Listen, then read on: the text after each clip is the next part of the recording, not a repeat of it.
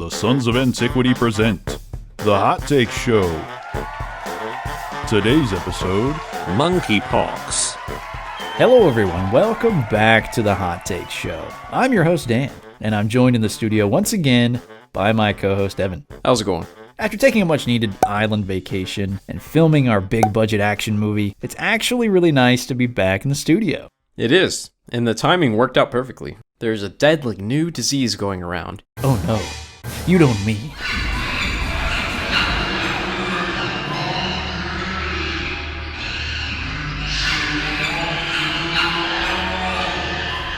Put on your face diapers and your ass masks, cause monkeypox is coming for you. At least that's what the mainstream media would have you believe.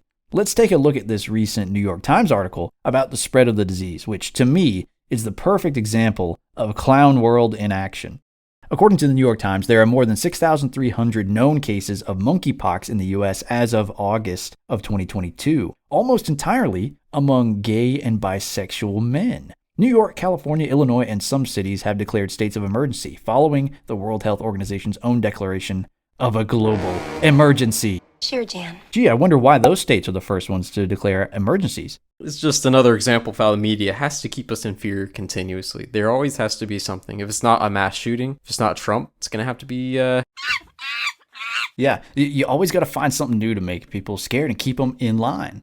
Monkeypox mostly spreads through close physical contact, typically skin-to-skin touch. Most infections in the current outbreak have occurred through close contact during segs. Brief contact, like a handshake, is not usually enough to spread monkeypox. Unlike COVID, it does not seem to spread much through the air. The telltale symptom is sores, which can look like pimples or blisters. They can hurt, especially in sensitive areas like the genitals and the anus. So far, about 98% of the cases worldwide are among men who have sex with men, also known as homosexuals. Many of them have had multiple partners, and that's an understatement. Some early superspreader events were gay parties in Europe, which appeared to introduce the virus to the social networks of men who have sex with men. Hi, so I have monkeypox. I figured I'd give an honest account of how I got it. So I finally attended a friend's birthday orgy.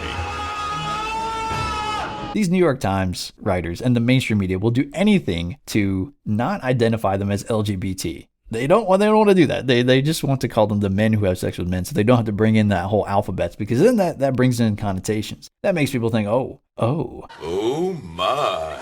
You mean that this group that we were just celebrating Pride Month for 2 months ago, and every multinational, multi-billion-dollar corporation was changing its profile picture for? Oh, those are the guys who are spreading this disease? Wow, maybe I'm going to be a little prejudiced here. They don't want that. They want to avoid that. So they're doing everything they can, but changing the language. No, guys, it affects everybody equally. Take us seriously. Why are you laughing? It's almost like they don't really want to say what's causing this or what could stop it. It couldn't be promiscuous gay sex, could it? No, certainly not. So I attended the orgy, had a great time, guzzled a metric ton of human piss. I think I had sexual contact with around 15 men, similar to the orgy on Saturday. My 2 cents. It is reductive to tell gay people to not have sex. Translation.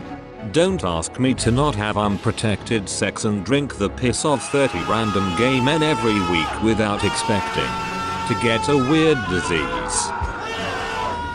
Since we have another emergency pandemic going around, does this mean we get to shut down the gay bars? I mean, after all, we have to stop the spread, flatten the curve. If it even just saves one life. It will save one life, I promise you. And we're saving gay lives. Those are worth more to them. Oh, yes.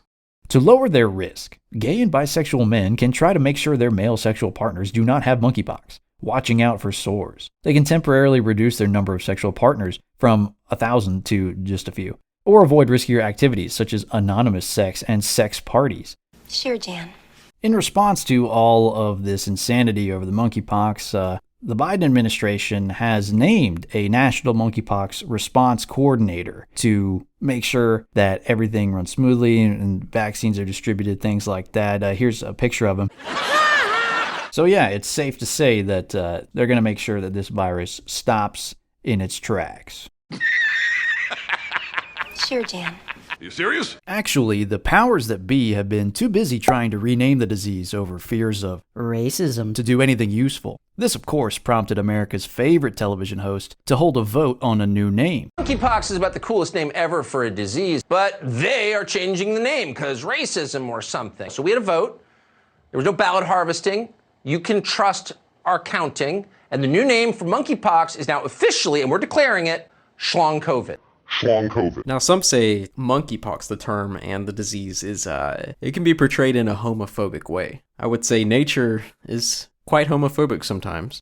In fact, the natural law in this case penalizes homosexuality. I'm not saying it's God's vengeance, but when you do things counter to the way nature intended, sometimes there are consequences. So I think these are some natural consequences of it. It could be AIDS, could be monkeypox, whatever. Life finds a way. Hey, and speaking of AIDS, I mean, if AIDS didn't stop them, monkeypox sure won't, okay? They're going to keep living their lifestyle. They're going to keep up with the gay orgies. They're going to keep up with the anonymous sex parties. They're going to keep doing it all. As natural law says, and I quote, "It's an exit, not an entrance." Schlong COVID. What are you doing, Evan, to prevent the spread of monkeypox? You know, I'm scared every day, but in the end, I just have to trust my fate to the Lord, and if I die, I die. That's the type of manly, stoic perspective we need in this day and age. Give this man a round of applause.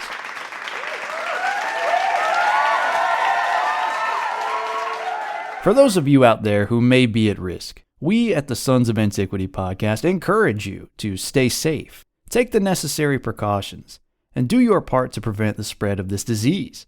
Do it for yourself. Do it for your country. And most importantly, do it for Harambe.